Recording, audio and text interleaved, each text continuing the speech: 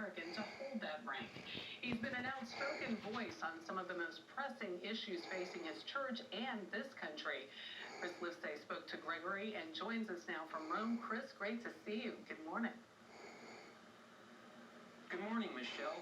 Wilton Gregory is in Rome, the first black American to receive a red cap. And as he self-isolates, we spoke to the Cardinal designate about some of the pressing issues of our time, from priest sex abuse to race, as well as his tense relationship with the White House.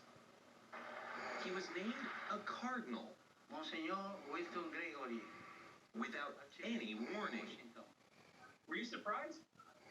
I'm very much surprised. I got a phone call at 6:30 in the morning. That's how I found out.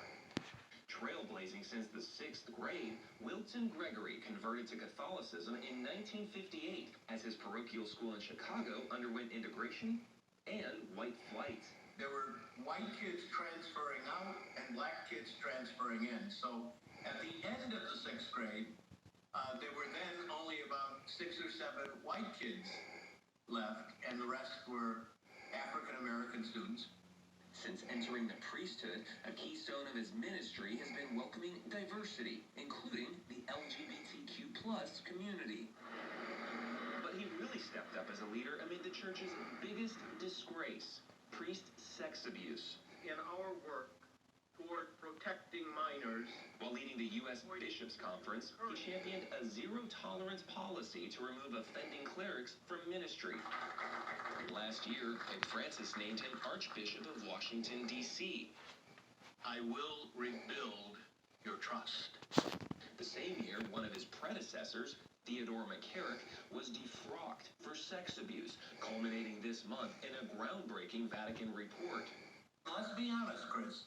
It reveals some awful events and huge mistakes on the part of church leadership.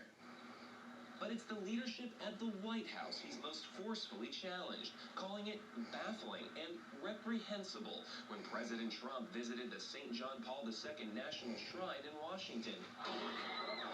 A day after protesters were forced away, so the president, Bible in hand, could pose in front of St. John's Episcopal Church. Gregory hopes his relationship with President-elect Joe Biden will be different, despite their differences. I want to begin whatever conversations ensue in a positive vein rather than in an adversarial mode. Among those differences, abortion. Joe Biden, the first Catholic president since John F. Kennedy, is under a lot of pressure from the Catholic community for his party's support of a woman's right to choose. Vlad? All right, Chris Livesay in Rome for us. Thank you, Chris.